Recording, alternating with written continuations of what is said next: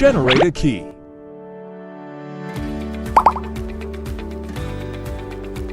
Plug one end of the USB cable into XP400 Pro.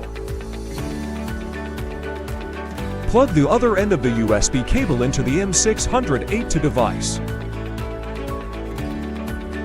Click Universal Key on the main interface. Click Universal Key Generation. Select the car model.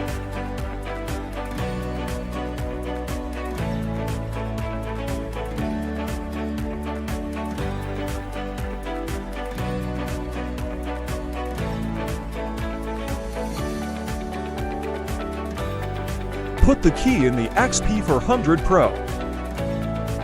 Click Generate Universal Key on the bottom right of tablet. Start generating keys. Just wait for the key to be generated.